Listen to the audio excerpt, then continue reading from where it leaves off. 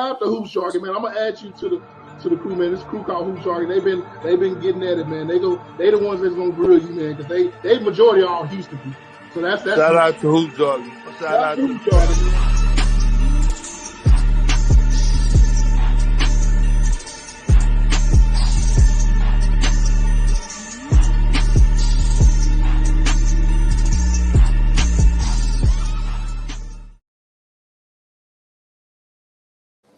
Yes, shout out to Hoop Jargon, man. Shout out to Perkins C. Hendo as always, man. Before we get into this, man, if y'all can hit the like and subscribe button, the notification button to keep this thing pushing. The support has been crazy over the last few weeks, and I want to keep that momentum rolling, man. So y'all know my goal by the end of summer, 2,000 subs. So let's get into the content. The reason why we all here is to talk about the Mikey Williams situation. So him signing with Excel Sports, which is going to be like a multi-million-dollar endeavor. That's huge, man, because, again, Mikey Williams is in high school still. So I believe he's a junior. He's in class of 2023. So he still has a whole other year of high school. And so he's walking around with an NIL endorsement in high school. And so, shout out to my boy Between the Game Sports, man, Will. We had this discussion on this page about 2 weeks ago. And we were talking about how the players in the college level were getting the opportunity to step up and get a representation for their likeliness. And I said the natural progression is watch high school kids are going to start getting it too. In 2 weeks, right down the line, lo and behold, Mikey Williams, who's already been in the headlines. If y'all remember, guys, Mikey Williams is a top-tier athlete. We're talking about 6'2", shooting guard. And he also has, like, some crazy offers. He's actually ranked in the 7th of the ESPN 80. And in his state, he's the number one position. In the region, he's the number one position. And then ESPN, he's number one shooting guard in his class just overall. And his overall rank is a 94. So we're talking about an elite level talent. Elite level talent.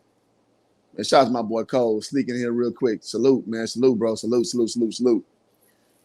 So that's the kind of talent that we have going with the, Mikey Williams signing. And I want to get to the Lavar Ball aspect because a lot of people are not understanding that JBA creation is birthing all of this secondhand support that we're seeing. So I just want to be on record. Secondhand initiatives that we are seeing where guys can get paid off their likeliness. And I'm going to explain that towards the end of the video. But I do want to go into how good of a player we're talking about when we're talking about Mikey Williams. So he's originally from San Diego, California.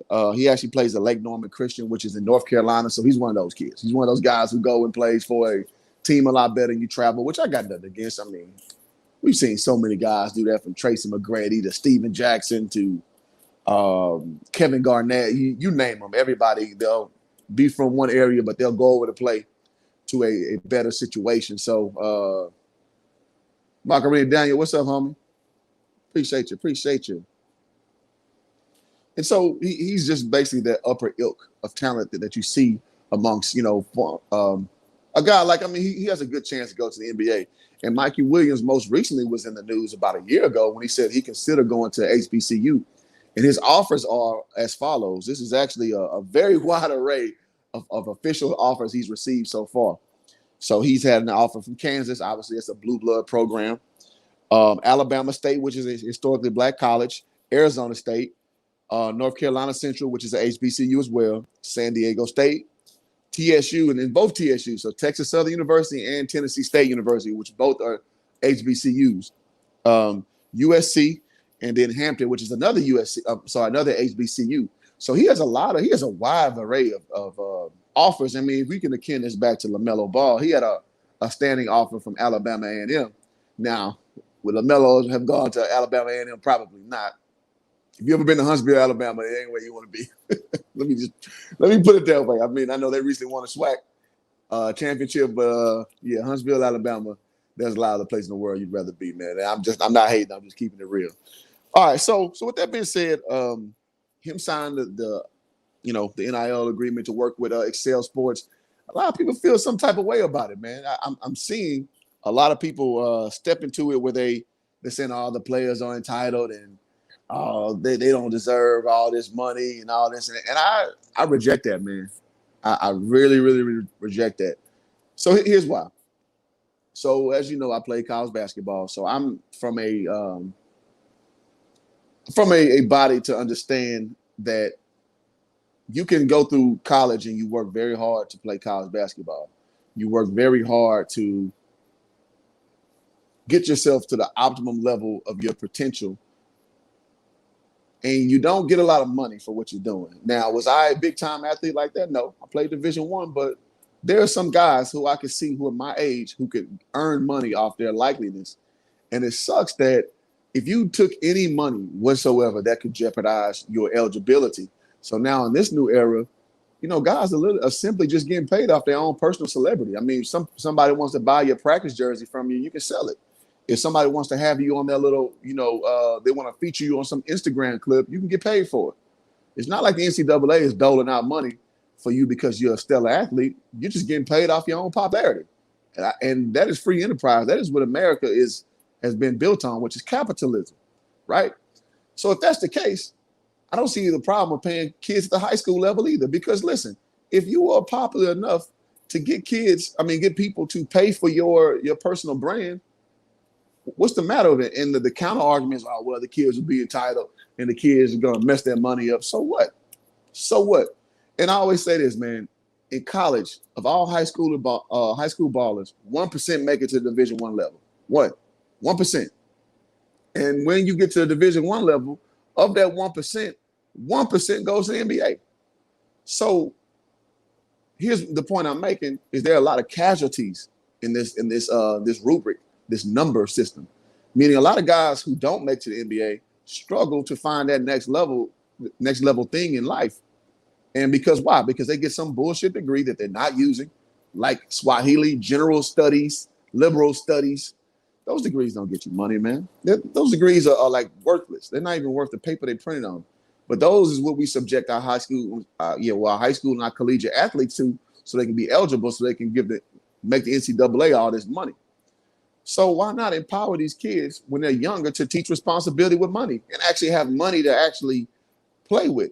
And that's one thing to take an economics class. It's another thing to actually be practicing economics by making money and managing money. And that's better for like the kinesthetic learners, which most athletes are. Most athletes don't sit down and just listen well.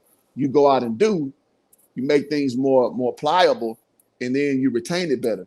So why not give these guys real money if their personal celebrity, dictates that? Why not give them that opportunity and let them go prove it that they're going to mess it up? And if they mess it up, so what? Let's go back to the 99% with the bullshit degrees. These guys go out and struggle in industry, man. And the funny part is the way entertainment works, we just chew them up and spit them out. Like, we don't even care about the guys anymore, about the sixth man on the bench, the eighth man on the bench. Once they get college, we just assume, oh, well, he's doing well. And what you find is a lot of these guys, they're not doing well because you cannot take that degree, that journalism degree, you can't take it and do anything with it. Unless you set up like an internship with a proper like publication and you got your inroads like that, which most college kids do not do. Your boy included. I had a criminal justice degree coming out of college. I didn't know what to do with that shit. I didn't want to be a police officer. I had nothing else to do with that degree, right? I just had the wherewithal to go overseas and play basketball and figure things out. All these guys don't have that ability. So if they have an opportunity to capitalize off their personal brand, why not give them that opportunity? Well, that's not even on the discussion board anymore. Why is that a problem? That's my question. Why is that a problem?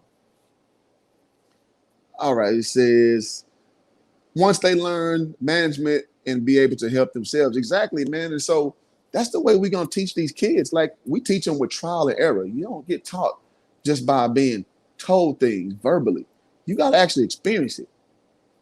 I think we all can understand that, unless you have a family like LeVar Ball provided for his kids, where you can literally pass down wealth to them and they'll see wealth being distributed and they know to make smart moves.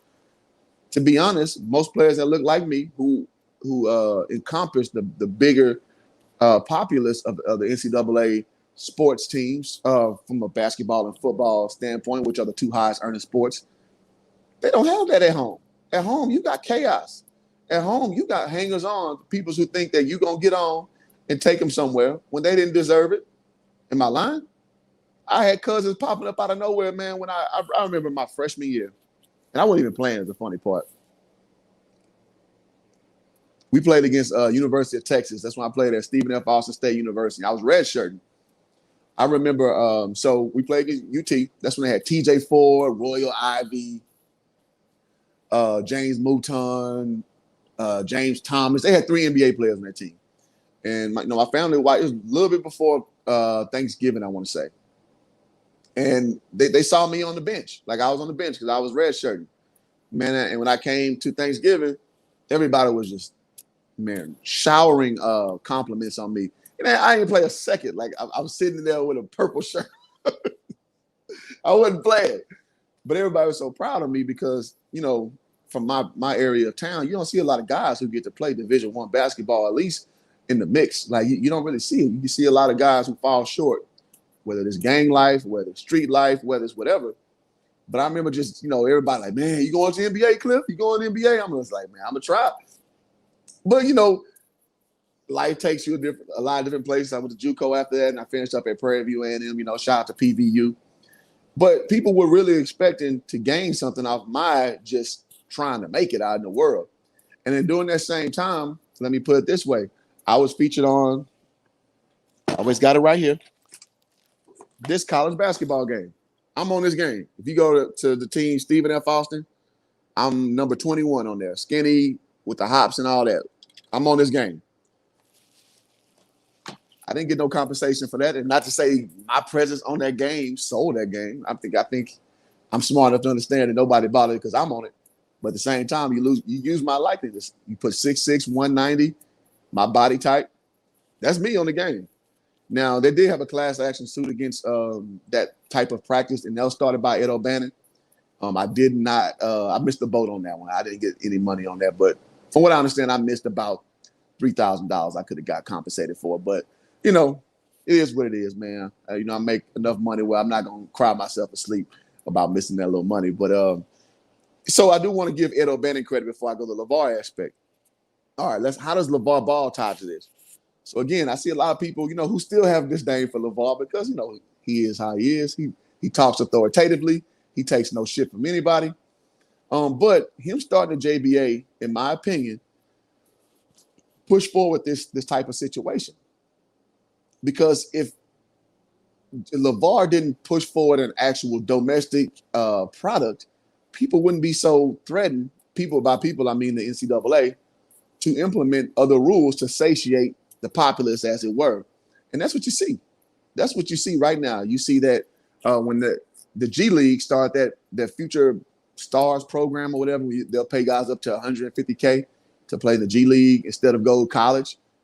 That was because the JBA was a feasible entity. Now, you can argue if it was well put together to challenge the NCAA. I don't think it could have challenged it, but you actually had a product that was up and running that you could run right then. That's where the JBA came in and changed the game up. So at first it was you can go overseas, which you could, but let's be honest, a lot of kids weren't going overseas like that.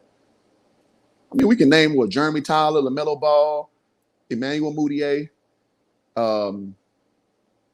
It's like 4 or 5 of them. But in the JBA, you were pulling kids from everywhere. You were pulling the Southland Conference from UTSA. I forget the brother name. You pulling him from the Southland Conference, which is Division I, play UT San Antonio. He goes to the JBA. So you think his peers ain't looking? They're going to say, okay, let me check that out first and see how that shake out. And if it don't work bad, I might do that. That's how kids think, man.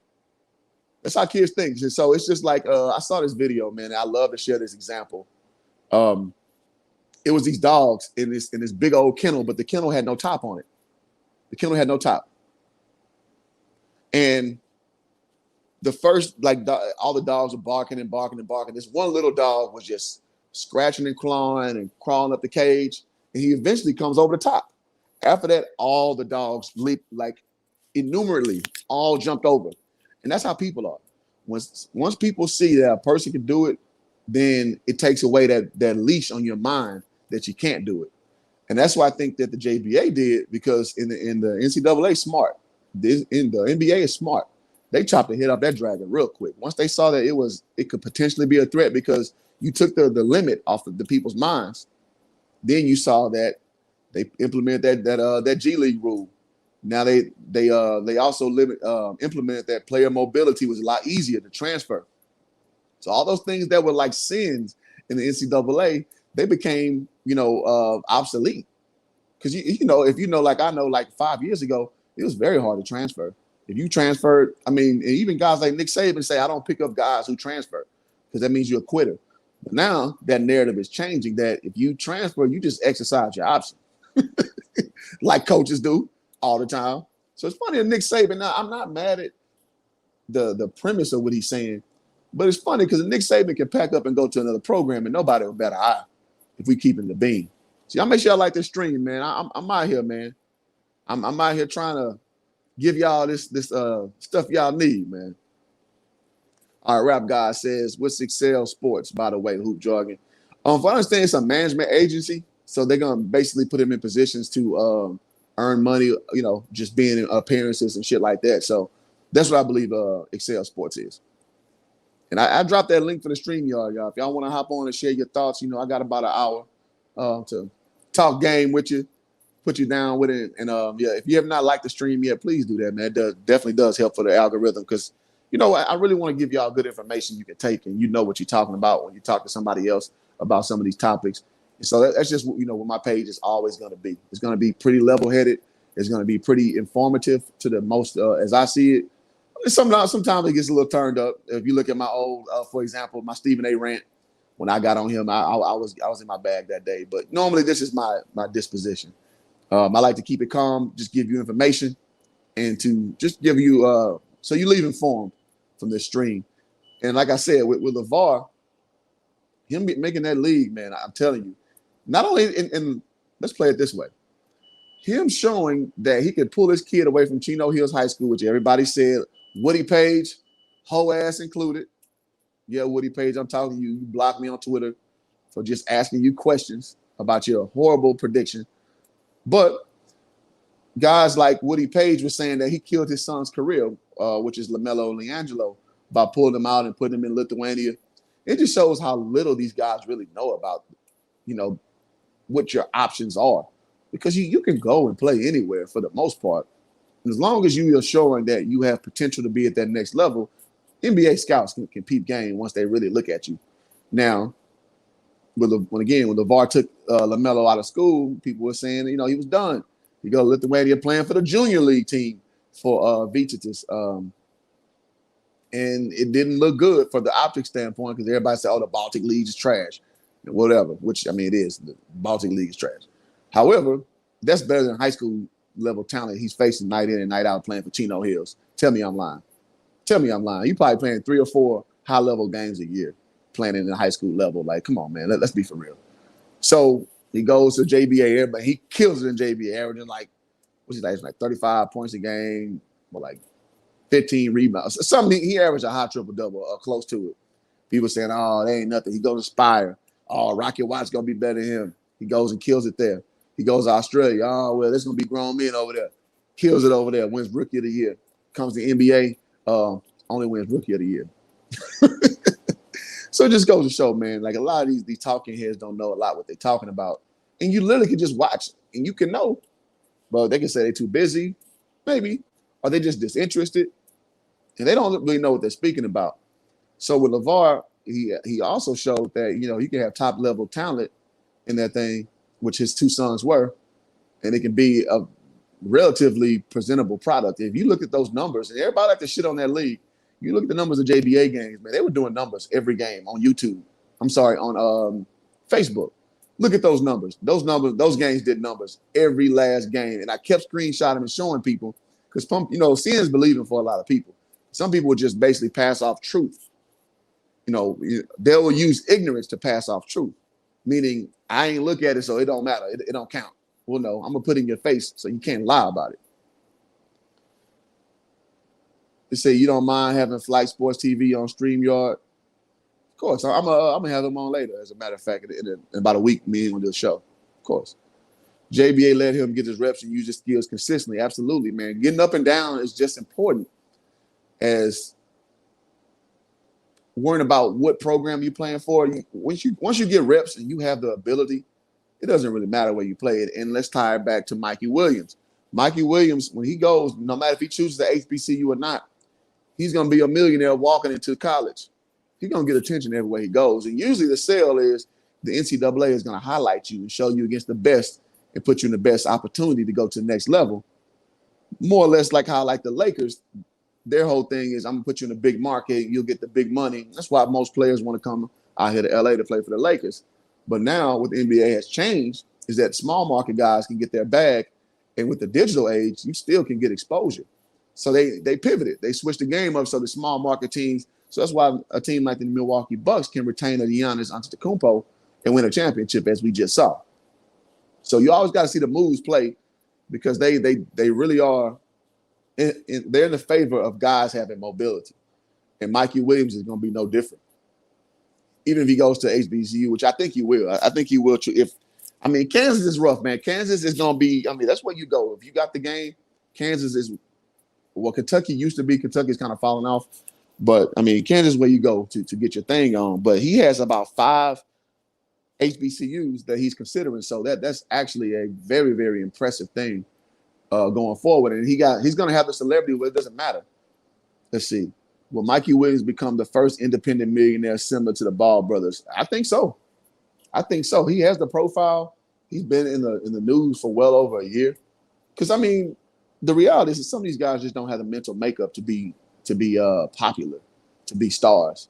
That's why LaMelo was so popular because he had that panache, as they say. He had the je ne sais quoi. He just was an interesting kid.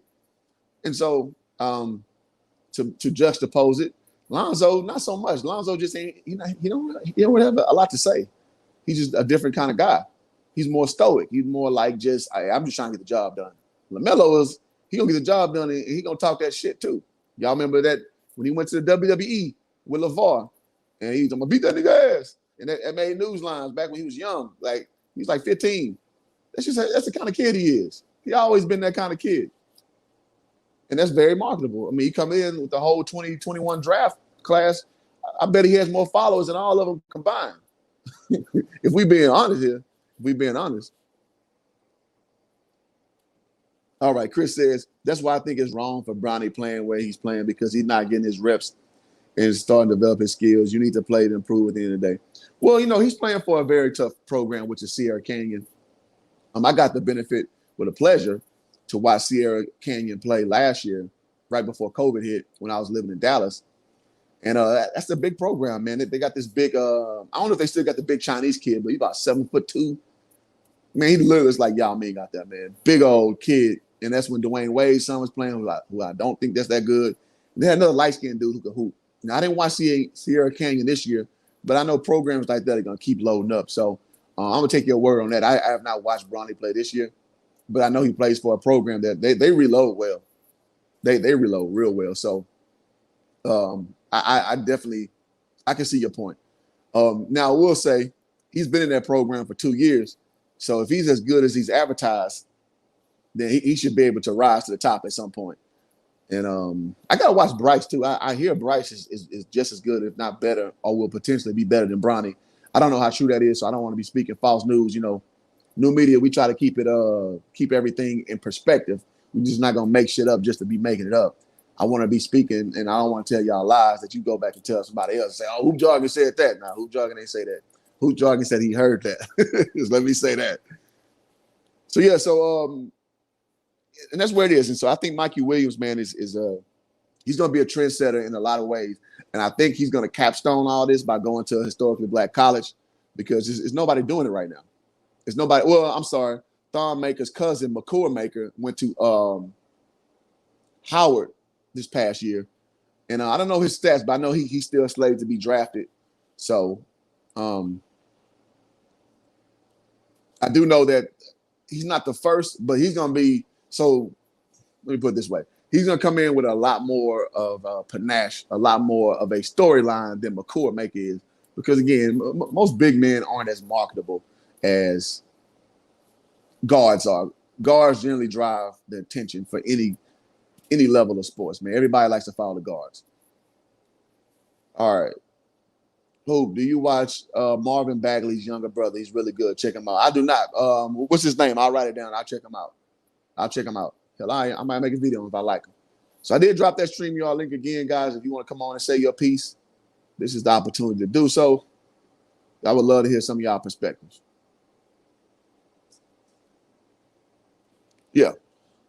So I think I laid out my thesis of why LaVar Ball deserves credit in all this, because what you did was you took the doubt out of people's mind that you could go on alternative means instead of the NCAA and have pro potential. Marcus Bagley. Okay, let me write that down.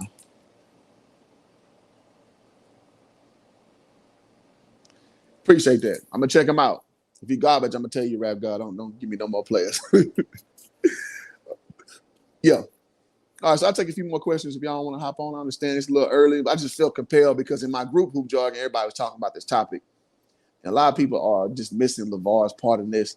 And I'm just like, listen, man, when you have an example that you can share to other people and to have their mentality switch, to have their mentality change, you've done a great thing. You're a provocateur of change, as it were. Now, I want to give Ed O'Bannon his flowers, too. If y'all know who Ed O'Bannon is, he played for the UCLA back in the early 90s. Him and his brother, Charles, twin brother, actually.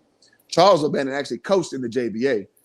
He coached the LA Ballers. He was the assistant coach for, I believe, the assistant coach for the LA Ballers. And so the O'Bannon brothers, well, Charles in specific, Ed in specific, he deserves credit for this whole movement to get started. But LaVar's league definitely did help that train going. Let's see. Rap Gus, I won't. Why do you think Mikey's ranking is dropping? Well, I mean, I know at one point he was the number one overall. I want to say about a year ago when he announced that he wanted to go to HBCU. So now he's like number 7. I mean, it's a drop, but I mean, you're always gonna see that flux, going on. So now I did not see what his numbers were this year, so I apologize for not being prudent in that aspect. However, I mean, with guards, it's gonna be volatile, man. I remember like 7th Woods, man. That's always the number. The guy I always remember with stock volatility. At one point, he was the number 1 prospect in 2013, 14. And I think he's still playing now in college, man. His stock dropped so bad, man. He damn near can't even play at the mid-major level. And he was like the number 1 kid at one point, man. So I'm not sure why his stock dropped. I got to look more into that, but I appreciate that question, Tyrone. I mean, we saw LaMelo fall all the way off the list before. And, I mean, we all know that was politics driven because his dad had him going outside the system, so they froze him out. I think we all can understand that, because how you go from a 5-star kid to not even mention at all, like Jay say, from top 10 to not mention at all, it just shows how BS those rankings can be sometimes. I just don't see a reason why the kibosh will be put out on Mikey. So I don't want to cause controversy there. I'm not familiar. What is Bronny's ceiling when he goes to the NBA and the NCAA? Man, so I watched him in person when he was a freshman, and he didn't look super impressive to me, and I'm on record of saying that. I saw some of his highlights playing right now. He looked good. He looks about what I would expect a high-level sophomore to look like. His ceiling, I don't know. It's too early to call. I got to see him. I can make a better prognostication once he becomes a junior. Now, I will say Imani Bates, I can see that when he's a sophomore. If he don't end up being a KD mode, something wrong, because I never see a kid that young who had it like that.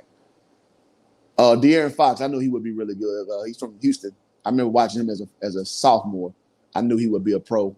I kind of saw like a athletic Manu Ginobili type kid, and that's pretty much what he turned out to be. You know what I mean? So, Bronny, I haven't seen enough of Bronny to make a fair assessment. Let me put it that way.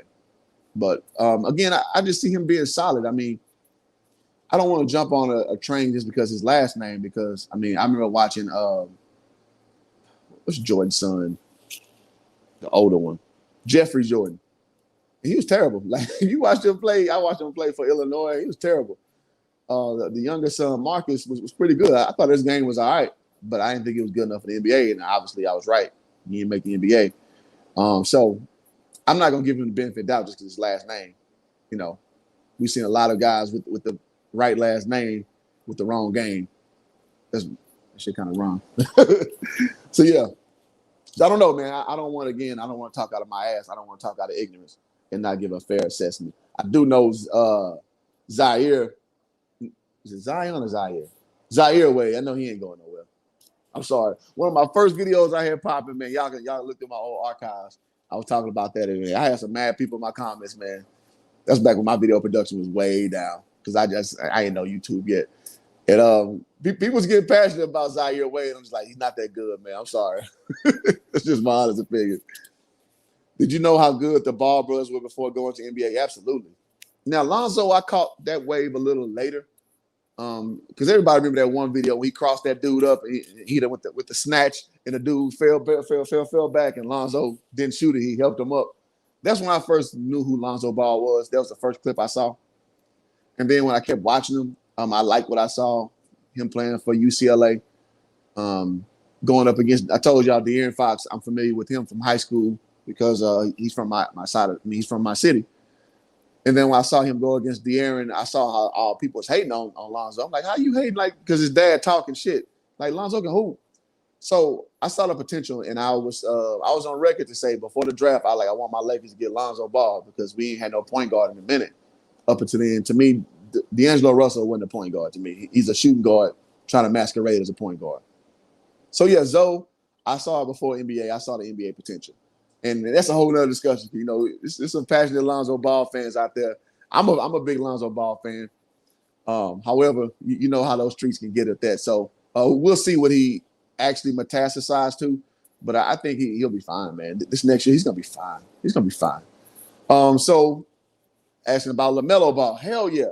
Man, again, look at my old videos. 4 years ago when I was not taking YouTube serious, I did a thing when their first game they played overseas. I said that LiAngelo Ball, you won't know who he is till about 4 or 5 years, until you're about 23, 24. I say LaMelo Ball will be a star in the NBA at some point. I like that as NBA level talent at 16 years old. Even though he wasn't getting a lot of minutes, I'm like, when he showed me that he wasn't a sideshow, LaMelo showed me that he's not just a shoot from half court guy. You know, he actually has game. When I saw him start passing the ball up early like Lonzo does at that young ass age, I was like, oh. His defense was trash, and I said that in that video, but I was like, high school kids, their defense is going to be trash until they learn how to lock in and play defense. I was like, you can fix that. But what you can't fix is his natural gifts, his natural abilities. And I saw LaMelo had that at a very young age. So, again, if you think I'm capping, go to my old video. It was like Big Baller Brand Challenger shows on the thumbnail, LaMelo and LiAngelo. And, yeah, I said that in the moment. Like, right after the game, I went live. That's back when you can go live on YouTube, even if you wasn't monetized. Lord knows I only had like 30 subscribers back then. Again, I wasn't taking it serious. I just was doing that work, just something to do to kill time. But yeah, no, I'm on record to say that. So yeah, I definitely knew that they would be this good. I knew that before they hit the NBA. Rap guy said D-Lo is low-key overrated, but pretty solid. You know, he is solid. Exactly. He's not a leader of men. And we obviously seen that, how he snitched off Swaggy P, calling it being funny. You know, so, and I just thought, he's really good now. Like, you know, I'm not hating on him at all. I just don't think he's going to be a franchise-changing player, you know, as Lonzo has a potential, and definitely LaMelo. I mean, I think LaMelo, obviously, he ain't got the LaMelo Ball skill set, but, you know, I just didn't like D-Lo for what our Lakers team was made of with Jordan Clarkson and Julius Randle and then B.I. I just thought that he wasn't the right guy to put all that talent together. That was my opinion. Well, I guess I'll end the stream here, man. So I hope y'all enjoy, you know, my breakdowns with the situation. And I wish the best for Mikey Williams. And I just want LaVar Ball to get his flowers, man, because a lot of guys who step out and be different, you're going to be met with a lot of pushback. You're going to be met with a lot of hate. But strong men understand that, and they still willing to put their necks out for it. And I think we should definitely acknowledge guys like that who do that, man. And shout out to J&J, man. Say, what's up, Hoops? Salute to my bro, New Media. Educate me on who Mikey Williams is real quick. Salute to the chat. Rap God says New Media all day. Yeah, so Mikey Williams, again, he is ranked the number 7 in the ESPN 80 for the 2023 class. Number 1 in state, number 1 in his region, number 1 in his position. Very good shooting guard. And he's been in the spotlight since last year when he said that he was willing to go to HBCU. And he's a guy who has like offers from Kansas, from San Diego State, from Arizona State, and USC. But he also has like 6 other offers from HBCU. So he's going to be a really good prospect. And he's growing, because when he said that, he's like 5'10". Now he's like 6'1", 6'2". So, no, very explosive guard. He's going to be really, really good. And so he's now he signed a contract that's worth millions with this agency called Excel. And so he's gonna be nice, man, and he's gonna be paid as he's going through, just like Master P Son is gonna be paid, just like De'Aaron King playing football for Miami is gonna be paid. Nothing wrong with that at all. That's an awesome thing, but he's in high school getting paid. So he changed the game up where he brought it down to that high school level. And so I think that's super dope that he's doing that. And like I said in my video previous with my boy Between the Game Sports, I was like, watch, the high school guys are gonna start getting his bag too. It's gonna trickle down, and that's what's happening. Oh yeah. It's about to be lit for real, man. So I'm happy for brothers getting that thing on at a younger age, because man, a lot of people got their hands in your pockets, man, before you can touch it. And it's good that you can control your own destiny. So hopefully you got parents around you that's gonna help you with it. But if you don't, so what? At least you had the opportunity. You can't go around lying to yourself that, oh, if I would have did this, if I could have had that, no, you had the opportunity. So there's no excuses. So that's all I got, man. I appreciate all y'all on the stream. Y'all like, comment, subscribe, hit the notification bell for your boy, man. It'll help out a lot, man. Till next time. Oh, we got one more comment. Wow, imagine we started with Melo in high school. Yeah, oh yeah. Yeah, it'd have been nasty. If he could have got paid off his celebrity, oh, it'd have been nasty. Nasty. Yep. But all right, y'all. I'm out. Shout out to Hoops Jargon, man. I'm gonna add you to the crew, man. This crew called Hoops Jargon. They've been getting at it, man. They the ones that's gonna grill you, man, because they majority are all Houston people. So that's shout out to Hoops Jargon. Shout out to Hoops Jargon.